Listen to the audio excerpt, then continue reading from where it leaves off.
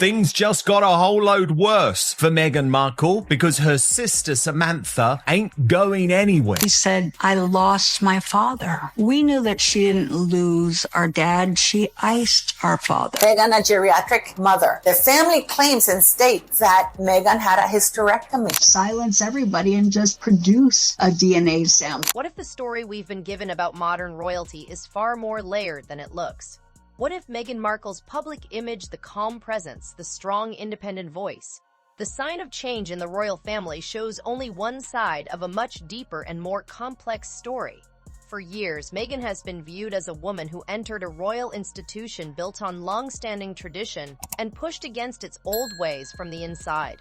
Many see her as a turning point, someone who changed what people expected and introduced a fresh outlook to a deeply established system. But that is not how everyone sees the story. Meghan's half-sister, Samantha Markle, says the version the public knows may not tell the whole story. Through interviews and public comments, Samantha has argued that Meghan's image may have been shaped very carefully over the years. Lately, more people have started paying attention to those claims. To be clear, this goes far beyond ordinary family conflict or tabloid gossip. At least according to those speaking out, the issue is much deeper. At the center of it all is one key question. Was Meghan's public image something that developed naturally, or was it carefully built to support a certain story? In my opinion, she would still be a waitress if it wasn't for Dad. Samantha has spoken very strongly about this issue. Instead of presenting Meghan as someone simply responding to events around her, she portrays her as someone who carefully created and managed her public image from the very start. That is where the story becomes more complicated.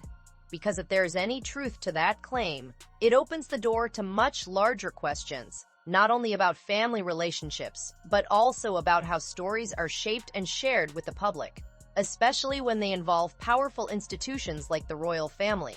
Samantha's view pushes back against the version many people have accepted. She claims Meghan did not simply drift away from certain relatives, but made a clear decision to cut them out completely. From Samantha's point of view, this was not something that happened by chance. She believes it was a deliberate choice. Whether people agree with her or not, her comments have clearly added a new layer to the wider debate. Some see it as a family conflict unfolding in public, while others think it may suggest something more serious. Another part of the story has drawn even more attention: unverified claims involving an unnamed woman who says she was involved behind the scenes during Meghan's pregnancies. It is important to emphasize that these claims have not been verified and no confirmed evidence has been presented to support them. Even so, their existence has added to the speculation and caught the attention of people who were already questioning the story. As a result, the discussion has moved beyond media coverage and public image. It is now about whether the version people have followed for years is fully true, partly true, or somewhere in between. In situations like this, the truth is often difficult to define. What is clear is that opinion remains sharply divided. Some continue to support Meghan and view these claims as baseless or overstated. Others believe that when the same questions keep coming up, there may be more going on beneath the surface. How can a woman with a hysterectomy be pregnant? And most of all, why did the royal family go along with this? And what's going to happen now that this has come out? This is a punishable crime. This is fraud in the highest level. In the end, this story goes beyond just one individual. It also reflects how public figures are viewed, how public narratives are built, and how quickly those narratives can be questioned. As more people speak out, one thing is clear: this story is still far from finished. Some believe Meghan Markle did not simply enter royal life, but changed herself to fit into it. Samantha Markle argues that this change was not completely natural. In her view, parts of Meghan's past were reworked over time, with some details highlighted and others left out. She points to family ties, personal hardships, and major life events as examples she believes were shaped to support a more refined public image. Samantha also raises her most sensitive claim when speaking about Meghan's path to motherhood, suggesting it may not be exactly as it has been presented to the public. That claim takes the issue far beyond a family dispute and into much more serious territory. Still, Samantha does not present herself as acting out of bitterness. Instead, she says she is trying to question what she sees as a carefully protected public version of events. From her perspective, this is not about jealousy or competition. but about unanswered inconsistencies. Whether people agree with her or not, her comments have triggered strong reactions. Some reject them completely, while others believe there may be more to the story. Just when it seemed the debate had reached its peak, another voice stepped in and pushed it even further. A woman known only as DL began making claims that quickly spread online. Unlike ordinary rumors, she said she had records to support her account, including alleged medical documents and references to confidentiality agreements. DL claims she was personally involved in events that were never made public. Her main allegation is that she served as a surrogate during Meghan's pregnancies. This needs to be handled with care. These claims remain unverified, and there is no confirmed evidence to support them. Even so, the detail in her account has made it hard for some people to dismiss outright. DL describes a version of events that looks very different from the public image. While Meghan appeared at public events and was photographed during her pregnancies, DL claims the real process took place privately, away from cameras and public view. According to her, what the public saw may have been carefully controlled, while she was the one going through the physical experience behind the scenes under strict secrecy. She also says that what first seemed like a clear arrangement later became far more complicated, leaving her feeling shut out of a story she believes she was deeply involved in. Again, these are allegations, not proven facts, but they have added even more intensity to an already heated discussion. If even a small part of her story were true, it would raise serious questions, not only about private choices, but also about how public narratives are built and protected at the highest level. At the same time, many people remain doubtful. They see the claims as unreliable or overstated, especially because no solid proof has been confirmed, and stories like this often spread quickly online without firm evidence. Lady Colin Campbell, what do you think? Oh, I'm familiar with it, Dan, and I'm sure you are as well. I've been familiar with it for a long time, and in fact, I've seen the tapes. I've got them somewhere. God knows where now. I've got them on So some you've seen Nudie Rudy Meghan too? That is where things stand now. On one side are people making serious allegations that they say are backed by documents and personal experience. On the other is a public that has received no official confirmation. As a result, the situation remains unclear, not fully proven, and not fully dismissed. And in cases like this, that uncertainty often becomes what draws the most attention. When a story challenges something as established as the royal narrative, people are bound to ask questions. The problem is that answers rarely come as quickly as the speculation. At first, many dismissed it as just another online theory. The internet is full of dramatic claims, and most disappear as fast as they appear. But for some people, this case felt different because of how much detail was involved. DL did not speak in broad or unclear terms. She described what she said were specific meetings in California, private conversations, and agreements that were never supposed to become public. According to her, these were not random encounters but planned arrangements that developed over time. She also described long stretches of isolation, saying the experience felt tightly controlled and carefully managed. None of these claims have been independently confirmed. Still, the level of detail in her account made it harder for some people to dismiss immediately. DL described what she says was a deeply personal experience that took place entirely out of public view. She spoke about the emotional weight of carrying 2 children while receiving no public acknowledgement, suggesting her role was deliberately kept hidden. She also mentioned physical recovery after the pregnancies and financial strain related to medical care, while claiming she could not speak openly because of legal agreements. These are serious allegations, and this is where the conversation starts to shift. When some critics compare DL's version of events with Meghan's public message, especially around empowerment and advocacy, they see a gap between the two. Others strongly reject that view. They argue that without verified evidence, it is unfair to question someone's character or draw conclusions based only on unproven claims. Even so, the discussion has continued to grow. Some commentators say that if DL's allegations were ever proven true, it would not just affect public opinion, it could change how people see Meghan's entire story in the public eye. That is why the response or the silence around it has drawn so much attention. Many people expected Meghan or Prince Harry to offer some kind of clarification, even a short statement, since that is often how public figures respond to growing speculation. But so far, there has been no direct reply to these specific claims. That silence has been read in very different ways.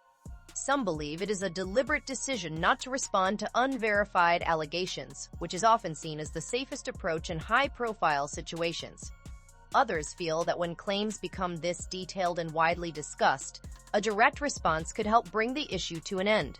For her part, DL has reportedly said she is willing to present her claims in a more formal way, even suggesting she could provide documents or take part in further verification if needed.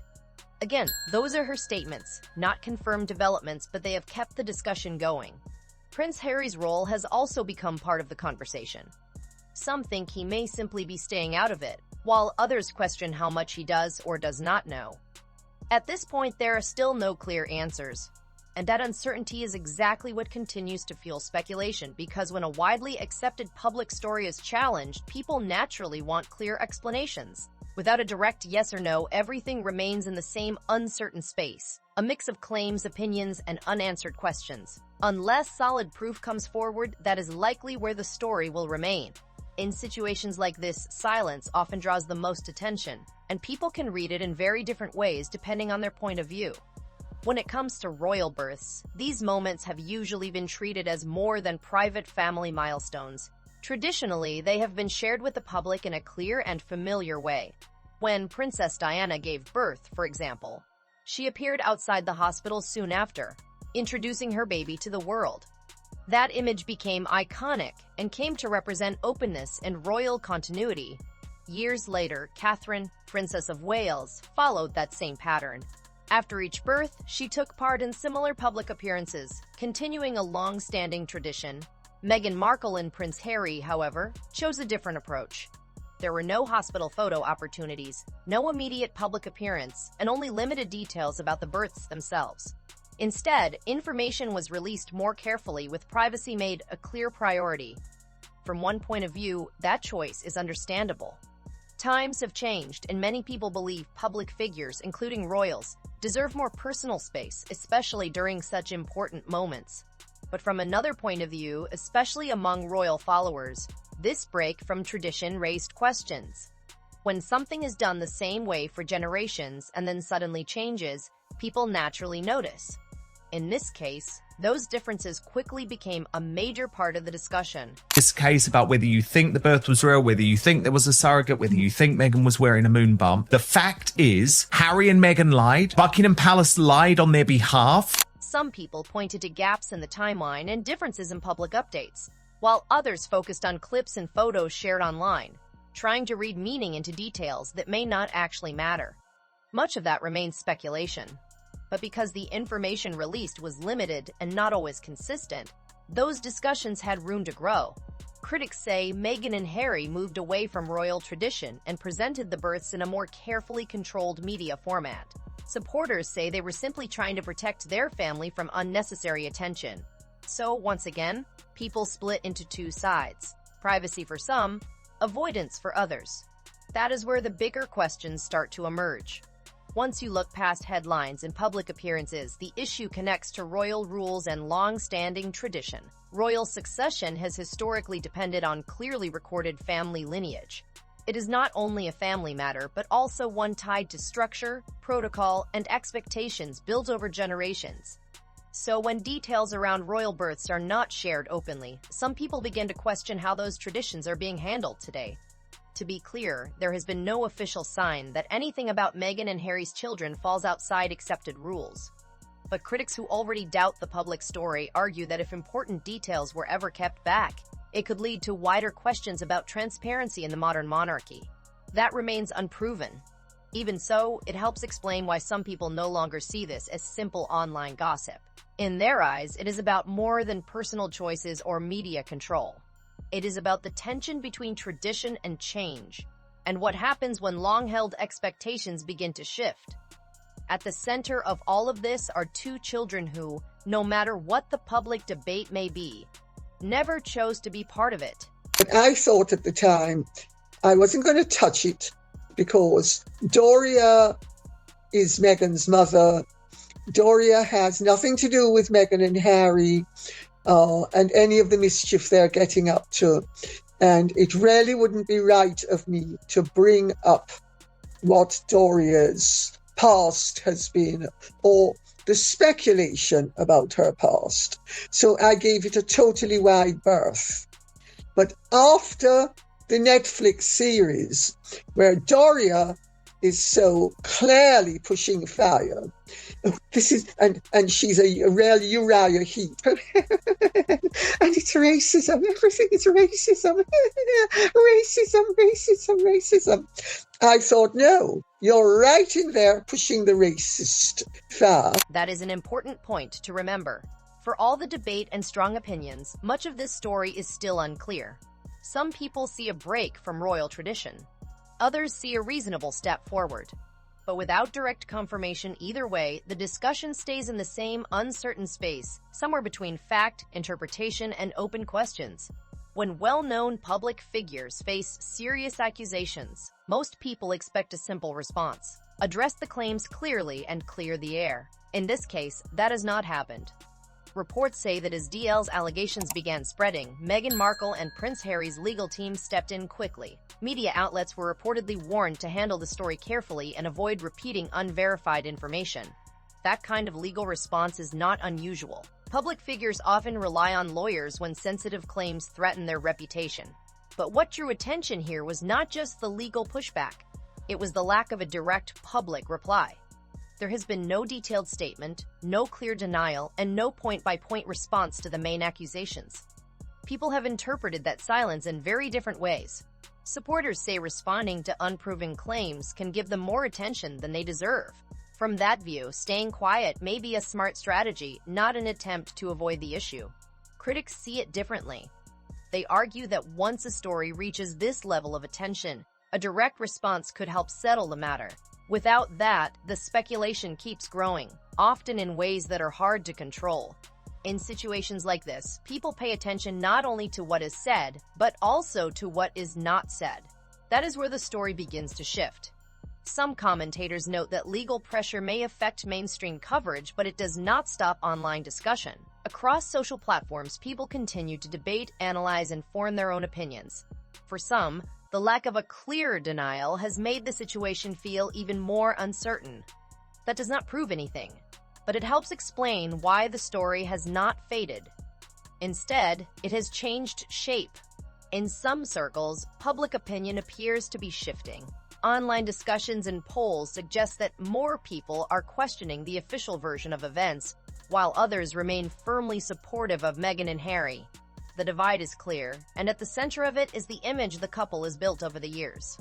Through major interviews, documentaries, and public appearances, Meghan and Harry have presented themselves as open and honest people willing to share their personal struggles with the world.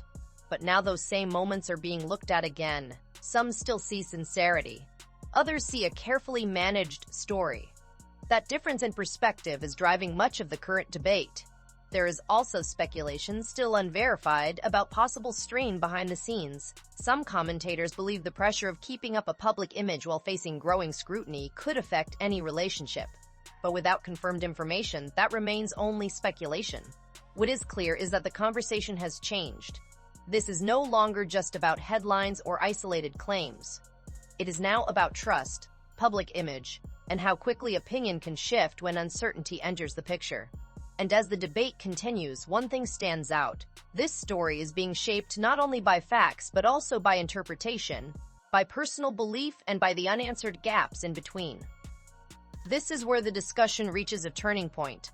For some people, what they are watching is not just another controversy. They see it as the slow unraveling of a narrative that once seemed polished and steady. For others, it is the opposite. They see a wave of speculation that has gone far beyond anything actually proven, with assumptions filling gaps where clear answers do not yet exist. That contrast is what makes the situation so hard to define. At its core, this is not only about Meghan Markle or Prince Harry, it is about perception. It is about how fast public opinion can change when questions keep building up, and right now there are many questions. Samantha Markle's claims, DL's statements, and the continued lack of direct clarification have all combined to create a story that is still unfolding. What may have started as family tension has, at least online, grown into something much larger. Some now see it as a serious issue of credibility. Others still view it as a mix of rumors and unproven claims being amplified. But one thing is certain, the longer the matter remains unresolved, the more room there is for people to interpret it in their own way. And in that space, public narratives can change.